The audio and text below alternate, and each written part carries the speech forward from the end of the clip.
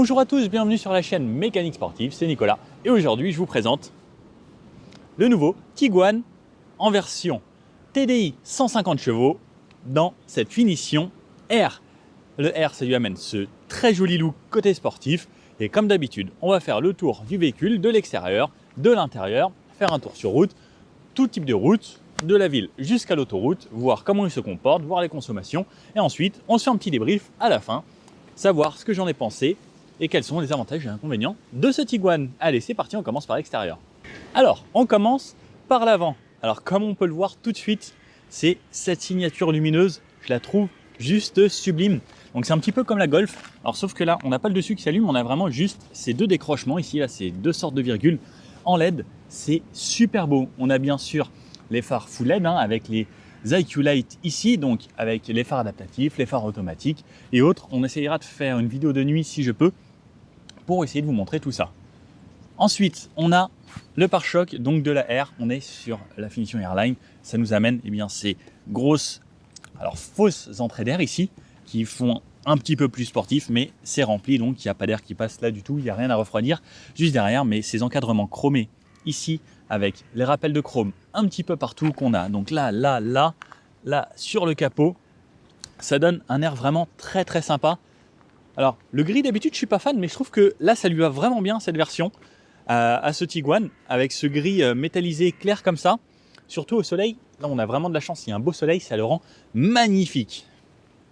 On aura sinon donc sur le capot un petit bombage ici, donc avec deux lignes qui se rapprochent. Ça c'est rare d'avoir deux lignes si proches ici. Et cette ligne qui fait le tour, comme ça, donc ça fait une sorte de grand U avec deux petits rappels là. Plutôt sympa. Le gros logo Others Again qu'on connaît. Et ici, une petite caméra pour avoir le système des caméras 360. Juste en dessous, on a les petits radars de parking. Et ensuite, là, on a encore une lame avec encore un rappel de chrome à cet endroit-là avec du noir laqué ici, comme la carrosserie un petit peu partout et comme les grilles. Je trouve ça vraiment très joli. Et sur les phares, comme on peut voir, on a le clignotant défilant à l'avant. Alors ça, franchement, c'est quelque chose que je trouve limite indispensable maintenant sur une voiture, en tout cas qui se veut sur un segment un petit peu premium. Parce que ça apporte quelque chose, mais vraiment, vraiment de plus. Au niveau du clignotant, sur le côté, ici, donc on a le petit répétiteur qu'on voit surtout quand on est là, car c'est une LED ici aussi. Sur le côté, on a un Tiguan qui se veut vraiment avec des lignes bien tendues un peu partout. Donc on a des arêtes là, sur les rappels ici, pareil, on a des lignes vraiment tendues. Donc celle-ci qui part d'ici, qui va vraiment faire tout le tour jusqu'à l'arrière et qui va se terminer dans le feu juste derrière. On voit que on a un véhicule qui se veut façon un petit peu agressive tout en restant quand même assez classe. Et on a l'impression qu'il est plus imposant que l'ancien. Moi, c'est le ressenti que ça me donne. Et en même temps, il est compact, mais il se veut assez costaud. En tout cas, cette version R, moi, je trouve qu'elle lui va super bien. On a des entourages ici totalement chromés. C'est pareil, donc ça va avec tous les rappels comme on a sur les baguettes ici. Là, cet endroit-là qui se veut un petit peu plus épais. Alors, pas de plastique non plus. On a la bonne qualité. On a quand même les arches de roue en plastique puisque là, on a aujourd'hui en plus une version 4Motion. Donc, ça veut dire qu'on a les 4 roues motrices. Donc ça, on pourra choisir et faire du tout-terrain avec. Alors, celui-là, il est tout beau. On va éviter de faire du tout-terrain, mais il est possible d'en faire. Et on a une garde-sol ici quand même assez haute. Je pense qu'on sera aux alentours des 20 cm au moins. Donc, on pourra passer quand même pas mal de chemins. Et sur petites routes de campagne ou autres, ou sur les petits chemins, on pourra y aller sans souci. Au niveau des jantes, on aura aujourd'hui du 20 pouces à l'avant comme à l'arrière. Elles sont juste sublimes. Pareil, donc avec des rappels ici en sorte d'alu brillant et avec du noir. Donc, le biton comme ça, on a des freins monopiston à l'avant et des freins monopiston à l'arrière avec des disques ventilés bien sûr à l'avant pour le freinage. Et sur les pneus à l'avant comme à l'arrière, on sera sur du 20-255 par 40. On aura également le petit rappel de la finition qu'on a ici avec le R à cet endroit-là. C'est pareil, au niveau de cette voiture, on aura le choix entre plein de finitions différentes et plein de motorisations différentes. À l'arrière, on retrouvera également des phares full LED avec toujours le clignotant défilant ici et donc ces petites virgules ici comme on pourra trouver sur les phares avant qui donnent un style un petit peu plus agressif et donc avec une bande sur le dessus qui s'allume et ces trois petits ici qui restent allumés de nuit. Le petit rappel 4Motion ici pour vous rappeler qu'on a une version 4 roues motrices. Et comme toutes les Volkswagen maintenant, c'est écrit ici que c'est un Tiguan, au cas où vous ne vous souvenez plus. Un petit béquet à l'arrière avec le troisième feu stop qui est intégré à l'intérieur. Et on voit un petit peu de couleur carrosserie, c'est assez marrant. C'est assez rare de le voir comme ça, qui est posé directement sur la carrosserie. Le béquet qui l'entoure, souvent c'est intégré dans le béquet. Petite antenne requin là-haut et on a aussi les barres de toit avec le toit ouvrant et panoramique dans cette version. Grand réflecteur qui fait tout le long ici. Alors ça c'est peut-être pour rappeler un petit peu tout ce qui est premium allemand de nos jours, parce que souvent dans les phares c'est une grande bande qui traverse tout le haillon. Ensuite on trouvera ici 2 faux échappements, alors c'est juste pour la déco, c'est du plastique, on peut rien rentrer dedans et l'échappement est caché juste là, avec une double petite sortie mais bien caché derrière. Et là c'est pareil, quand on est un peu plus loin, on voit ici qu'il y a une sorte de diffuseur, donc ça donne un air encore un petit peu plus sportif à cette version R. Sinon on a la petite caméra de recul juste ici, éclairage des plaques et au milieu, l'ouverture de quoi ouvrir le coffre. Coffre automatique sur cette version et pour le coffre on aura environ 615 litres à l'intérieur, donc 615 litres comme vous pouvez le voir, ça me laisse quand même pas mal de place. Et là j'ai un petit truc très sympa, j'ai juste à tirer ici et ça me fait tomber ma banquette arrière. Pareil de l'autre côté, on aura ici, hop, la banquette sera plat pour me faire un plancher totalement plat. Pareil au niveau du seuil de chargement, eh bien il est au niveau du coffre.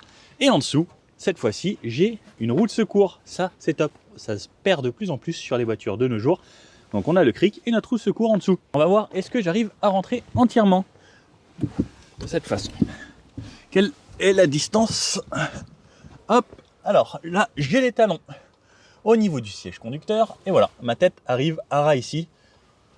Donc on pourra quand même charger quelque chose d'assez grand. Au moins, quelque chose d'1,70 m rentrera d'ici au moment où on ferme jusqu'au siège.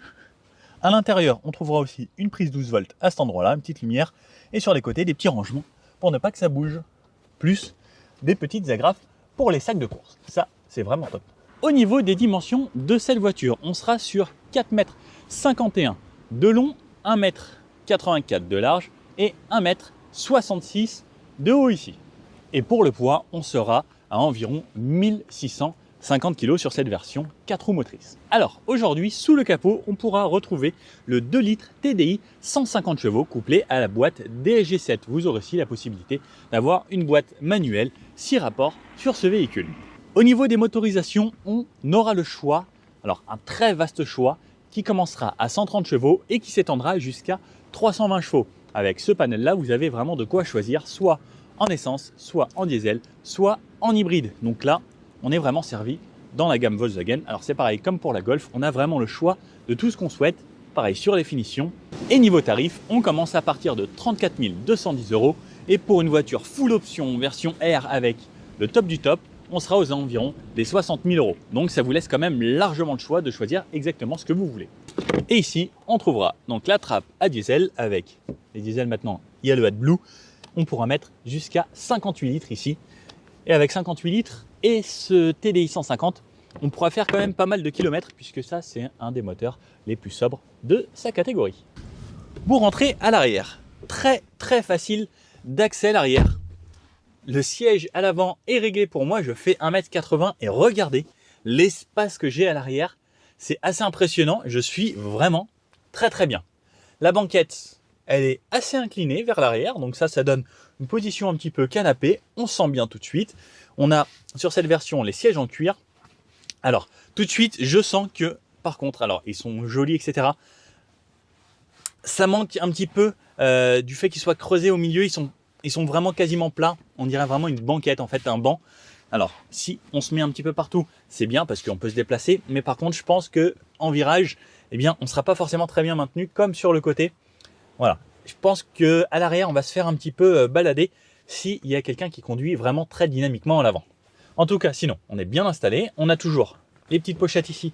Je peux mettre mon téléphone partout, pochette de droite, pochette de gauche, où j'ai ma grande pochette ici. Donc sur cette sellerie cuir. Sur le côté, on a une finition qui est plutôt sympa. Alors, on a quand même des plastiques durs un peu partout, les Allemands. Ce qui paraît, on dit toujours les Françaises, mais bon. Là, les Allemands font pas forcément mieux, mais on a cette finition. Alors, c'est une sorte de loin, on dirait un petit peu, il a un effet carbone, mais c'est imprimé. Bon, ça donne un petit style sympa avec la LED rouge qui passe ici. Donc on a pareil des petits éclairages d'ambiance dans l'habitacle à l'avant et à l'arrière. J'ai mon accoudoir ici en cuir avec mon lave-vitre et une grosse poignée. Bon, ça c'est plutôt confortable. De ce côté-là, j'ai mon gros accoudoir ici en cuir. Alors, chez Volkswagen, ils sont toujours très confortables avec deux porte-gobelets à cet endroit-là. Et là, je suis quand même bien assis. Je peux passer un long trajet et en plus, surtout, là, j'ai ce grand toit panoramique. Alors, je trouve ça juste sublime. Moi, j'adore les toits panoramiques, les cabriolets, tout ce qui s'ouvre et tout ce qui apporte de la luminosité. Là, franchement, je suis ravi avec l'espace que j'ai en plus à l'avant. C'est vraiment très, très agréable d'être à l'arrière à cet endroit-là. La place du milieu. Alors, hop, on a un gros tunnel central ici. Cette fois-ci, il n'est pas là pour rien puisqu'on a une version 4 roues motrices. Donc, on a en dessous de la transmission qui passe pour aller jusqu'à l'arrière, pour aller faire du 4x4 ou rouler dans la neige ou autre. Et bien ici, franchement, alors ça c'est une bonne chose parce que du fait que les sièges soient pas trop creusés ici sur le côté, eh bien j'ai pas l'impression de tomber sur les côtés. Je suis quasiment à plat et franchement je suis bien. Le dossier est un peu dur, mais on n'est pas trop mal. Par contre, au niveau des ceintures, ouais ça va. Ça va. Ça m'entoure bien les fesses, mais je suis plutôt bien installé. Je pense que voilà, même pour 3 grands adultes ici, ça devrait le faire assez facilement. On a bien sûr les fixations ISOFIX sur les deux sièges à l'arrière. Et j'ai une petite languette ici qui permet de rabattre un petit peu ça. Alors j'ai le choix soit d'être vraiment très très droit comme ça, soit plusieurs positions. Ah, on a quand même plusieurs positions. Ça c'est agréable. Je pense que cette position, le plus inclinée, sera la meilleure. À l'arrière, j'ai des grands rangements dans chaque porte pour mettre au moins une grande bouteille d'1,5 litre plus quelques petits paquets d'M&M's par exemple. Ici, la climatisation à l'arrière, donc je peux régler la température. Donc on est un trizone, un petit aérateur à cet endroit-là et une prise allume-cigare juste ici. Si je veux rabattre la banquette, alors soit je peux tirer directement juste ici sur la petite languette et ça me la rabat en plancher plat jusqu'au fond du coffre, jusqu'à là. Et là, c'est assez facile. Pareil, fixation top taser sur les deux sièges sur les côtés. Et pour le relever, je retire ici et je le remets. Donc il se remettra en version droite. Et si je retire, je l'emmène vraiment jusqu'au bout. Allez, je passe à l'avant. Donc, je rentre facilement à l'intérieur et tout de suite, je tombe dans une ambiance Volkswagen que je connais bien. Donc, l'écran ici, donc tactile, avec une fonction assez sympa que je vous montre juste après. Mon écran derrière, donc le Virtual Cockpit qui se trouve juste derrière. Mon accoudoir ici que je peux régler en hauteur sur la longueur comme ça, de cette façon. Des sièges qui maintiennent bien mieux qu'à l'arrière, donc qui remontent assez ici cette fois-ci pour ne pas que je me balade de trop. Au niveau du bas du dos ici, pareil, on maintient assez bien jusqu'à ce niveau-là, là, juste un petit peu le grand dentelé, il me semble que ça s'appelle, au niveau des côtes, pour ne pas trop bouger. Et je tombe sur ce volant-là qui est agréable avec des petits méplats un petit peu partout. Je vous montre ça plutôt de mon œil ici côté conducteur pour vous faire la démo de ce tableau de bord et ce qu'il y a à l'avant. Voilà la vue qu'on a. En gros, quand on est ici, pied sur le frein, je démarre ici où je vais juste mettre le contact avec le bouton Start and Stop juste ici et ça m'allume le contact. La voiture me dit bienvenue et j'ai donc mes deux écrans qui s'allument ici. Donc là, comme on peut le voir, on a un bel écran ici avec, eh bien, comme on connaît chez Audi, le petit bouton View qui nous permet de changer de compteur très facilement de cette façon. Et après, on peut encore naviguer grâce à ça avec les aides à la conduite, la navigation et par exemple, et la navigation, je peux le mettre aussi en plein écran de cette façon, donc qui va me permettre vraiment d'être à l'aise lorsque je conduis. Je peux l'avoir également ici, donc j'ai des informations à deux endroits. Et c'est pareil, donc cet écran, comme je disais, on balaye la main de cette façon.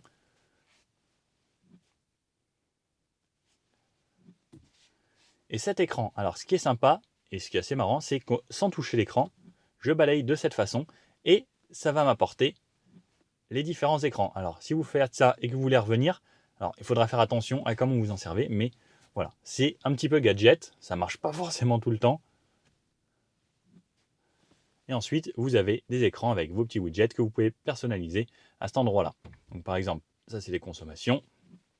Et on a vraiment plein de choses à cet endroit-là. On a une touche Home juste ici qui permet de retourner à 0. On peut se mettre des favoris juste ici et faire défiler encore le tout. Par contre, vous ne pourrez pas retourner à l'écran de là-bas comme vous voulez. Il faudra forcément donc faire ça avec votre main. Alors, voilà, c'est pas hyper au point, mais voilà. Il faut s'y faire, à mon avis, c'est le temps que je m'y fasse aussi, de bien avoir les réflexes qui vont bien. Je vais commencer par la gauche. Donc, on a ici les plastiques un peu moussés sur le dessus. Cette finition façon carbone, alors c'est pas du carbone quand on approche vraiment, donc c'est de l'imprimé avec des petites boucles. La poignée, verrouillage, déverrouillage, les enceintes. Juste ici, la poignée de porte avec les lève-vitres, les rétroviseurs, dégivrage des rétros. On tourne de cette façon, ça met les rétros dégivrants. Ensuite, on les règle. La vitre avec les impulsions sur les 4 fenêtres. De quoi ouvrir le coffre juste d'ici, comme ça un haillon automatique. On peut le faire d'ici. Un grand bac de rangement ici. Donc, on peut mettre une grosse bouteille 1,5 litre sans problème à cet endroit-là, plus d'autres choses ici. De quoi lever le capot à l'avant. Les pédales, donc avec un beau pédalier alu. Une 4e pédale ici, ou 3e sur cette boîte auto, qui nous permet de bien reposer son pied. De quoi régler le volant hauteur, profondeur, et le volant, donc qui est de cette façon. Donc comme on peut le voir, on a un arrondi là. Là, ça continue. Alors, c'est pas vraiment rond. On a un petit déport juste ici. Je ne sais pas si vous pouvez le voir, qui permet de, quand on a sa main là, eh bien, que la main ne tombe pas, et ça permet de bien caler le bout de sa main ici, surtout quand on a des grandes mains. Ça tombe parfaitement. Ensuite, on a cet endroit-là, puis un petit mets-plat, comme sur les voitures un peu sportives, et avec ce volant, avec la finition R. Petit rappel, juste ici. Sur la gauche, on a tous les réglages pour les aides à la conduite, donc régulateur, limiteur de vitesse, et ça, le Travel Assist, qui permettra d'avoir la conduite autonome de niveau 2. À droite, c'est pour les menus, et l'écran qu'on va régler là-bas, donc mes aides à la conduite, les infos, le téléphone et autres, et ensuite les views, donc les tableaux de bord que je peux personnaliser de plusieurs façons et avoir aussi un décompteur comme sur une voiture normale de base. Ensuite, les touches du volume juste ici avec un retour haptique. Donc quand je touche, si je vais vers la gauche, quand je vais arriver au bout à gauche, je vais avoir une vibration sur la gauche. Et quand je vais au bout à droite, je vais avoir une vibration sur la droite. Ça, c'est assez impressionnant.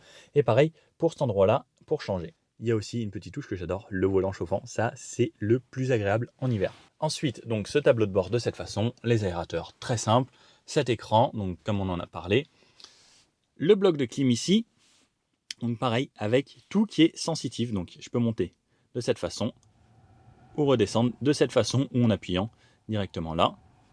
Les sièges chauffants sur 3 positions, passager et conducteur, le dégivrage, etc. Et la température que je peux régler pareil, donc de cette façon ou en glissant selon vos préférences. On peut aller dans le menu climatisation qui va nous mettre la clim en haut, donc on pourra choisir ce qu'on veut, donc soit que l'avant, soit l'arrière, soit synchroniser les deux, la puissance de ventilation, en gros ce qu'on a ici, mais là ça vous le met à l'écran. Ensuite, on retrouvera en dessous 2 ports USB-C, donc les nouvelles normes, pour Android Auto, Apple CarPlay et une petite prise 12 volts. Et à cet endroit-là, le chargeur de téléphone par induction. Le petit bouton Start and Stop, le frein de parking, le Auto Hold. Ça, c'est tous les modes de conduite, donc on va avoir accès ici grâce à cette molette qu'on pourra tourner de cette façon, soit on appuie ici pour avoir les différents modes. Alors, par rapport à tous ces modes, on va commencer donc. Alors, on a les modes éco, confort, normal, sport, individuel. Individuel, on peut adapter, on choisit tout ce qu'on veut, l'entraînement, la direction, le DCC, l'ACC, les assistants d'éclairage, la climatisation. Donc ça, on peut le choisir. Et on a ensuite, quand on tourne les modes, donc le mode Driving Mode Snow, donc ça c'est pour la neige.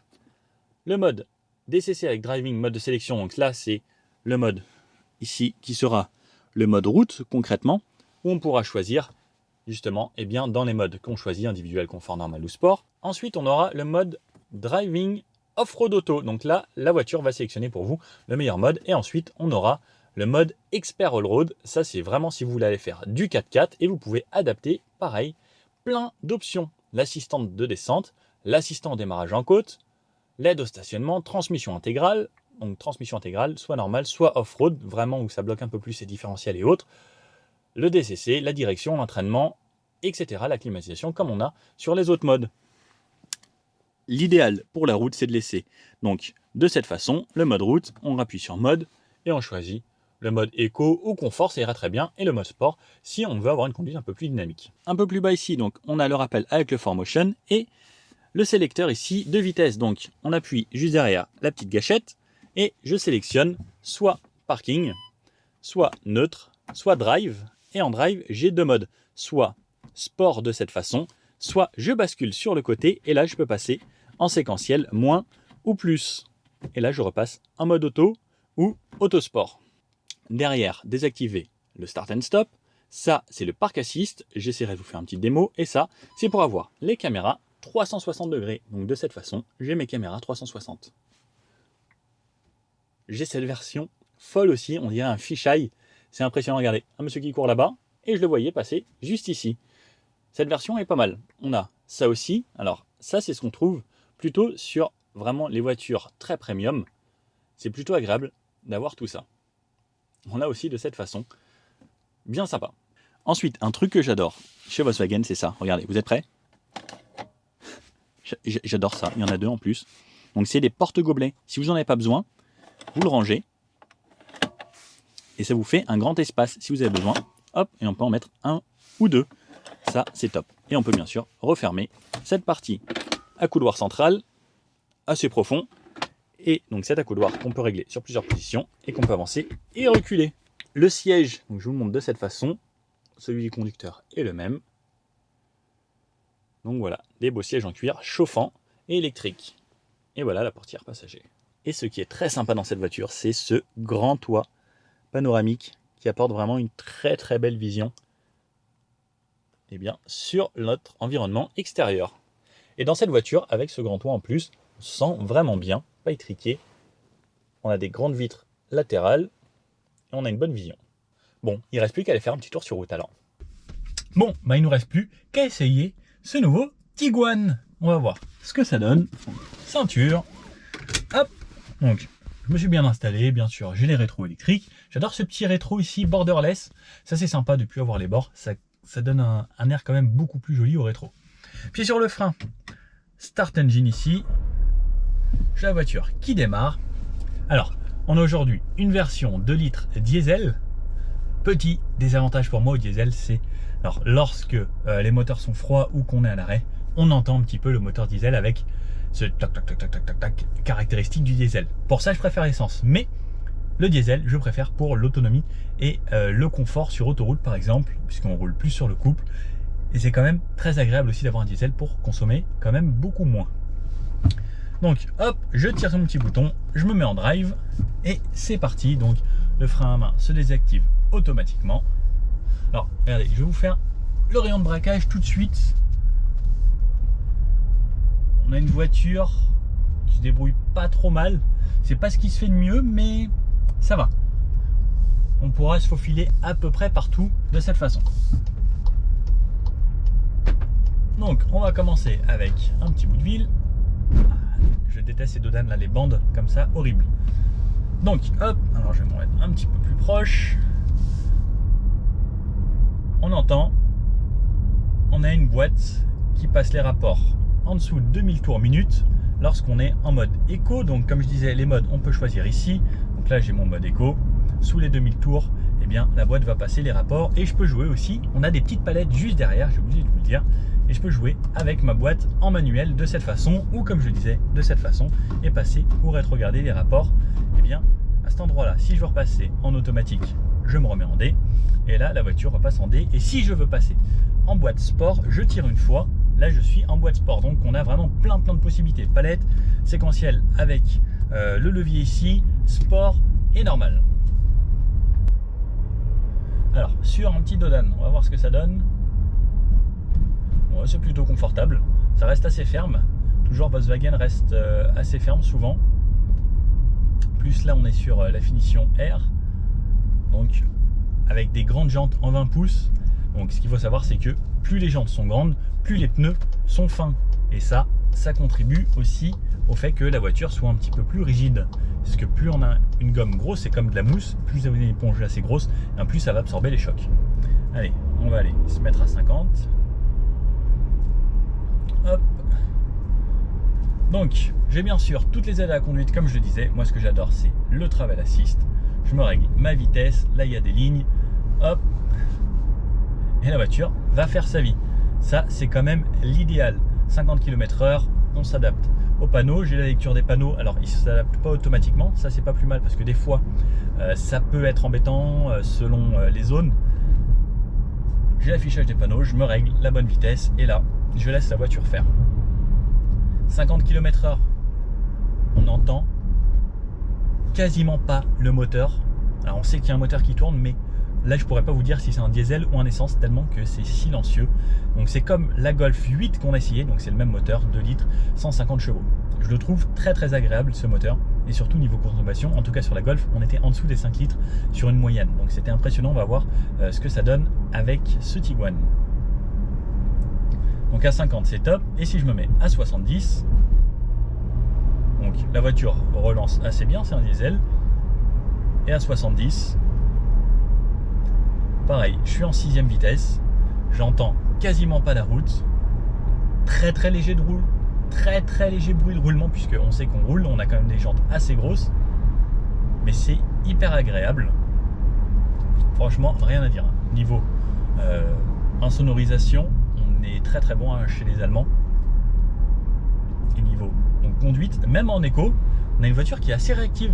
Ça c'est top, parce que on a plusieurs façons de régler la direction. Et si par exemple je me le passe donc en mode sport, là on va avoir une direction qui sera encore un petit peu plus lourde et encore un petit peu plus directive, plus incisive. Donc ça c'est très sympa aussi lorsqu'on veut conduire en mode un peu plus dynamique. Eh bien le mettre en mode sport, ça va vous changer la direction, tout comme le moteur et autres. Donc on peut se mettre en mode confort maintenant. On a commencé en mode éco. Mode confort, concrètement ça va être un petit peu près pareil au niveau de la réponse à la pédale, qui sera peut-être un poil plus réactive. Au niveau des passages de rapport, pareil, ça va se faire assez bas. Le but, pareil, en mode confort, c'est que ce soit le plus confortable possible. Une direction qui repasse un peu plus confortable qu'en mode sport. Et pareil, donc là, je sais pas pourquoi je conduis, j'ai le Travel Assist. Donc Travel Assist, il permet de suivre le véhicule de devant, de vous maintenir dans les lignes quand il y en a, et aussi lorsque vous avez activé par exemple l'Android Auto ou autre, si vous arrivez à un rond-point ou autre, et bien ça vous l'indiquera. Au niveau des touches ici, on a les mêmes touches qu'on a dans l'ID3 qui sont tactiles avec le retour haptique. Et ça, c'est très sympa. Sur la Golf 8, on avait les anciennes générations. Alors, c'est assez bizarre, mais bon. Au niveau de l'assise, moi je suis 1m80 et je sens que j'ai vraiment de l'espace entre les coudes à gauche et le coude à droite. Franchement, même si vous êtes assez corpulent, eh bien vous serez bien ici, hein, parce que regardez, j'ai vraiment les coudes écartés pour aller me poser sur les côtés. Donc même quelqu'un de très grand, eh bien se sentira vraiment à son aise. Quelqu'un de très petit sera peut-être un petit peu avec les bras comme ça. Je pense que c'est une voiture qui est assez faite pour les personnes d'assez grande taille surtout. Après, en étant petit, si on garde les mains sur le volant, il n'y a absolument aucun souci non plus. Allez, on va essayer de passer. On va se faire ce grand rond-point en mode dynamique. Donc hop, si je relance sans aller jusqu'au kickdown, la voiture relance assez bien. Donc avec 150 chevaux, c'est très souvent largement suffisant hein, sur une voiture. Allez, donc là, si par exemple, je mets vraiment du rythme, on a une très bonne tenue de route. Pas vraiment de survirage ou sous-virage. Et là pourtant, on y va assez fort. Voilà. Très léger sous-virage. Vraiment pas grand-chose et qui décroche progressivement. L'arrière est bien fixé à la route. Non, on a un très bon châssis. Et surtout, une direction qui est très précise. Ça, c'est agréable. Le Travel Assist avec le maintien dans les bois et le régulateur adaptatif va aller jusqu'à l'arrêt complet du véhicule. Donc là je touche plus à rien, on a un feu, la voiture va vraiment jusqu'à l'arrêt total et elle va m'activer normalement le start and stop selon si elle a encore un petit peu de batterie ou pas, et elle redémarre toute seule. Donc là regardez, je n'ai toujours touché à rien et la voiture reçut le véhicule de devant tout seul. Ça, dans les bouchons, c'est un régal. Les bouchons vous fatigueront déjà beaucoup moins. Vous mettez les sièges chauffants, volant chauffant, et vous profitez après avec une petite musique. Donc niveau sono, donc là on n'a pas de sono Bose ou quoi que ce soit donc sur cette version en option, et on a déjà une très bonne sonorisation, surtout avec la radio DAB. Si vous ne connaissez pas, la radio DAB, c'est la nouvelle radio numérique qui est obligatoire depuis 1er janvier 2021 sur toutes les voitures. Donc en gros, c'est comme du MP3 qui passe en très haute qualité dans vos enceintes. Alors, on va tester dans un tout petit rond-point ici, voir ce que ça donne. La tenue de route aussi, c'est vraiment beaucoup plus étroit. Regardez, donc on a une direction qui est assez précise, hein. Hop, même si ça couine un peu, dans les sièges je suis bien maintenu et ça m'emmène assez bien. Hop, et sur le changement, franchement rien à dire, très bon châssis pour un SUV. Il a un bon châssis en tout cas, on peut vraiment en faire ce qu'on veut, même en conduite dynamique, c'est quand même assez agréable. Allez, on va aller s'insérer sur l'autoroute, voir ce que ça donne. Donc pareil, pour les relances, on n'a absolument aucun souci avec les 150 chevaux. Ça y va bien. En mode sport, là je suis resté en mode sport, et donc si je relance, hop, et voilà, moi je suis déjà à 90 km/h. Pour doubler, donc on a les assistants dans les rétros, donc d'angle mort, et je me remets mon travel assist, je me règle 90 km/h et je me relaisse conduire. Alors à 90 km/h, c'est franchement bien insonorisé, pas de bruit du vent, très peu de bruit de roulement selon quand on change de goudron, pas de bruit du vent, franchement top. On va passer à 110, donc je laisse la voiture relancer toute seule. Ah, on a un petit peu de bouchon à l'avant. Alors à 110 km/h, pareil, donc on est en 7ème, on a très peu de bruit du moteur, on l'entend quasiment pas. Alors on est à... Alors des fois, cette touche sensitive c'est top, mais des fois j'active le volant chanfant sans le faire exprès. Alors, hop, il y a tellement de menus, alors je pense qu'il faut vraiment prendre la main pour s'y faire. Bon, je retrouve plus le view. Donc à 110 km/h, je suis à 1600 tours minute à peu près, en 7ème vitesse. Donc le moteur vraiment pas présent du tout dans l'habitacle, c'est agréable. On a aujourd'hui alors beaucoup de vent, donc on entend un petit peu de bruit du vent au niveau du pare-brise, mais franchement très agréable. Si on passe à 130, donc pareil, la voiture là me tombe en rapport pour pouvoir relancer assez vite pour aller me mettre à 130 km/h. Et à 130 km/h, on commence à avoir un petit peu de bruit du vent autour du pare-brise, alors ce qui est normal, surtout une journée où il y a beaucoup de pluie, beaucoup de vent en ce moment. On commence à entendre très légèrement le bruit du moteur, quasiment pas de bruit de roulement, juste un petit peu de bruit de vent autour de l'habitacle, mais ça reste franchement très agréable, même avec ces jantes 20 pouces, et au final, ça filtre plutôt bien la route, et on pourra faire pas mal de chemin avec. Alors je dirais pas que c'est la plus confortable de toutes, mais on est quand même bien installé. Alors comme on peut le voir sur l'écran ici, ça me dit que sur les 50 derniers kilomètres, alors j'ai fait 50 km en 2h13, les joies de la région parisienne. Donc avec du périph, un petit peu d'autoroute, un petit peu de route, pas mal de villes, j'ai une moyenne à 7,4 litres au 100 km. Je trouve ça vraiment pas déconnant pour un gros SUV de cette taille là. Donc voilà, 7,4 litres. Si vous faites de l'autoroute ou si vous faites vraiment de la nationale, départementale, on pourra réduire, on sera autour des 5 litres, 5-6 litres facilement si vous faites que des petites routes 70-80. Alors là on a une belle petite route dégagée, on va se faire un petit test d'accélération à 0 à 100. Allez hop, ça met un petit peu de temps à partir et ensuite ça vous emmène quand même pas mal. Allez, ça avance et voilà, on était à 100. Donc non, c'est plutôt efficace. Alors je dirais pas que c'est voilà, sportif, mais comme je disais, on peut avoir jusqu'à 320 chevaux sur cette voiture. On aura un moteur vraiment suffisant pour la majorité des cas. On n'a pas testé le freinage, on va se tester un gros freinage. Attention. Ouf. Ouais, niveau freinage par contre, on a quelque chose qui est vraiment très puissant. Donc ça nous arrête vraiment bien. Alors sur la durée, je ne sais pas ce que ça donnera, mais en tout cas, avec là ces grands pneus, la suspension, comme vous avez vu, quand on freine, ce que j'aime beaucoup là sur la tenue de route de celui-ci, c'est que eh bien, le véhicule ne plonge pas. Regardez, vous voyez, ça, même quand j'accélère, ça ne lève pas le véhicule. Et Et quand je freine, la voiture ne plonge pas. Ça, c'est ultra agréable aussi en conduite sportive et surtout quand on veut que ce soit dynamique. Alors, on va essayer aussi voir la réaction si je ne touche plus au système, puisqu'on a plein d'assistance sur cette voiture. Donc, si on a le front assist, les détections de collision, etc. Donc là, il me dit de reprendre le contrôle.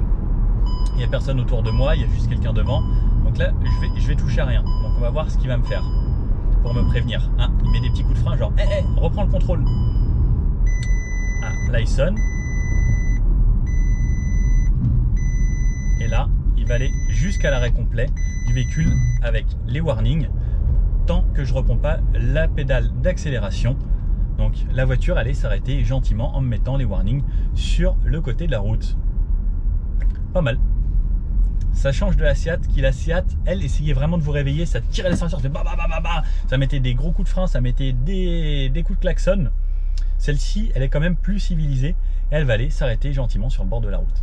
On va voir le stationnement automatique, comment ça fonctionne. Donc là, on va être garé en épi, j'appuie sur mon petit bouton, épi, et là, la voiture donc me dit qu'elle recherche une place, et elle devrait m'en trouver une. Donc là, elle l'a trouvée. Je passe ma marche arrière, elle m'active les caméras et là, moi, je n'ai plus rien à faire à part suivre ses indications. Ça, franchement, j'adore à chaque fois. C'est hyper agréable. Vous avez juste à regarder à gauche et à droite avec les petits bip bip. Et elle s'est garée du premier coup, vraiment parfaitement dans les lignes. Je m'arrête, elle me dit qu'elle a fini. Point mort. Et voilà, c'est bon, je suis garé. Je suis un as du créneau. Alors, on a soi-disant une voiture tout-terrain. Un petit truc qui est sympa avec la voiture tout-terrain, c'est surtout d'avoir toutes les caméras comme ça. Donc, on peut avoir l'arrière, l'avant, les côtés. On peut choisir aussi juste les côtés, voir où je mets les roues. Regardez, donc là, je vois où je mets mes roues. Ça peut être top pour faire vraiment du franchissement ou autre. Donc, on a ici un petit terrain de jeu. On va voir ce que ça donne et comment elle se comporte. Donc, hop. Alors pour faire du vrai tout-terrain, le rayon de braquage, ça va, c'est suffisant. Et je vais passer donc en mode ici. Donc je coupe mes caméras, je change de mode. Je vais mettre le mode tout-terrain expert. Donc par exemple, les assistances, etc. Transmission intégrale, off-road. Et c'est parti. Donc là par exemple, si je veux aller me mettre un petit peu là-dedans. Donc vous voyez là c'est un petit peu creusé. Je vais tester ça. Donc bon, c'est vraiment pas une voiture normalement avec le Airline pour tester ce genre de choses, mais voilà, on peut quand même y aller. Donc là par exemple, si je veux ressortir là, et là comme j'ai une voiture 4x4, et bien même en étant un petit peu de travers, la voiture va motricer des 4 roues motrices, et ça ce sera quand même super agréable. Et là pareil, donc je peux y retourner, hein. Hop, et vraiment y aller, alors que c'est hyper creusé et au milieu il y a un gros trou. Alors c'est pareil, j'ai pas les jambes forcément adaptées, donc on y va gentiment et ça passe. Et comme on a une bonne garde au sol, eh bien c'est pratique, on frotte pas. Alors que là je suis vraiment de travers, alors la voiture glisse un peu, mais c'est possible de faire ce genre de choses grâce aux 4 roues motrices. Hop, et là je vais me remettre là, donc de cette façon, hop, et j'emmène la voiture en off-road. Là vous pourrez presque faire une révision, hein, vu comment c'est creusé au sol ici, et franchement elle se débrouille super bien. Alors je vais pas forcément vite, mais on sent que la voiture, eh bien elle est faite pour, et que ça lui posera aucun souci. Et pareil, donc si j'y retourne comme ça, de cette façon, hop, regardez, là elle est vraiment inclinée de biais, et je peux repartir absolument sans aucun souci, et ça motrice sans problème. Allez, on va se tester un départ canon dans la terre. Et voilà, franchement, ça y va sans souci. Et regardez, si vous voulez vous amuser un petit peu, ça glisse pas trop. On essaye de passer entre les arbres. C'est un vrai tout-terrain au final, hein, cette voiture. Et même sur ce genre de chemin, comme je disais, on a une voiture qui est largement assez haute. Et regardez, ça passe vraiment partout. Et j'ai même pas de souci à me faire par rapport à la vitesse ou quoi que ce soit. Même là, si je veux tourner, hop, et bien ça y va tout seul. Franchement, c'est vraiment une voiture passe-partout.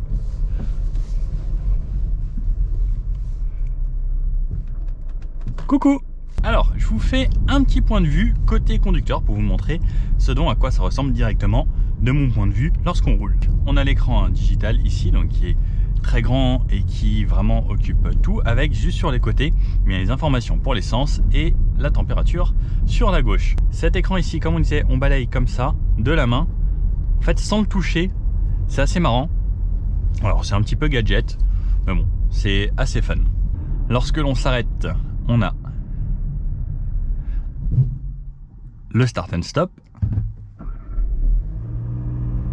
On a la boîte DSG7 aujourd'hui, avec les rapports qui se passent, et on sent absolument pas. On entend juste au bruit du moteur un petit peu, mais sinon vraiment on ne sent pas du tout. Eh bien quand les rapports se passent, là je sens rien. Pour moi c'est constant, c'est continu. En tout cas en conduite éco comme ça, c'est imperceptible et c'est très agréable. Voilà, comme on a pu le voir là, le start and stop, dès qu'on est aux alentours de 5 km/h, eh bien il va déjà couper le moteur pour vous laisser arriver sur le roue libre, au stop ou à l'arrêt. Et ça permet aussi d'économiser un petit peu de carburant. Bon allez, je vous fais une version de nuit pour vous montrer aussi à quoi ça ressemble de nuit. Et voilà à quoi ça ressemble de nuit. Donc les bandeaux LED là.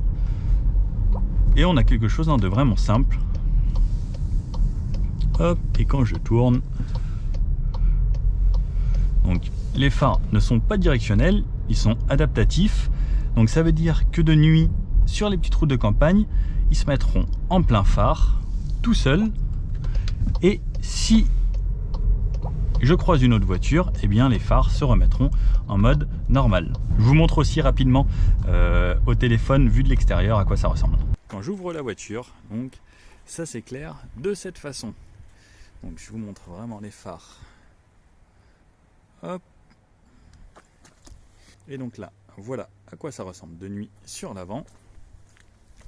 On a bien sûr la lumière qui nous éclaire le sol juste ici et les beaux phares arrière de cette façon. On a les phares qui bougent un petit peu puisqu'on a des phares adaptatifs. Donc voilà, franchement quelque chose de sobre, pas trop d'artifice à l'intérieur de ce Tiguan. Ce sera pas comme une Golf ou une ID.3 qui sera bien plus moderne et où il y aura vraiment beaucoup plus d'artifice et beaucoup plus de lumière à l'intérieur. Bon allez, on repasse de jour. Et voilà, donc c'est la présentation de nuit. Bon alors, après avoir essayé ce Tiguan sur plusieurs kilomètres et avoir fait toutes les conditions possibles, hein, sur route ou autre, avec un petit peu de tout terrain ici, bon alors sans forcément vraiment le pousser dans le all-road, qu'est-ce qu'on en a pensé? Ce que j'ai bien aimé, alors c'est vraiment le design, il y a vraiment un effort qui a été fait niveau design comparé à l'ancien, on a quelque chose de plus agressif, alors surtout dans cette version R qu'on a aujourd'hui. On a une voiture qui fait vraiment plus actuelle, en tout cas par rapport à ses lignes extérieures. À l'intérieur, alors j'aurais aimé qu'il se fasse un effort un petit peu supplémentaire. J'ai pas l'impression que ce soit vraiment très moderne. Alors on a les touches au volant avec le retour haptique, etc. Qui sont un petit peu comme sur la ID.3. Ça c'est sympa. Les petites touches de clim en tactile. Mais l'écran, voilà, j'aurais bien aimé qu'ils soient un petit peu plus haut. Maintenant, les écrans sont de plus en plus hauts pour justement ne pas avoir à quitter la route des yeux. Ça aurait été un petit plus. Le glissement avec la main, pas forcément utile, mais bon, c'est un petit peu gadget. Sinon, à l'avant, on est top. À l'arrière, comme je disais, les sièges qui bougent un petit peu si on est passager en conduite dynamique. Mais sinon, à conduire, c'est vraiment top. Le châssis, excellent. Le niveau tenue de route, la voiture est top. Que ce soit à basse vitesse, à haute vitesse, on a une voiture très saine. J'ai beaucoup aimé pour un SUV.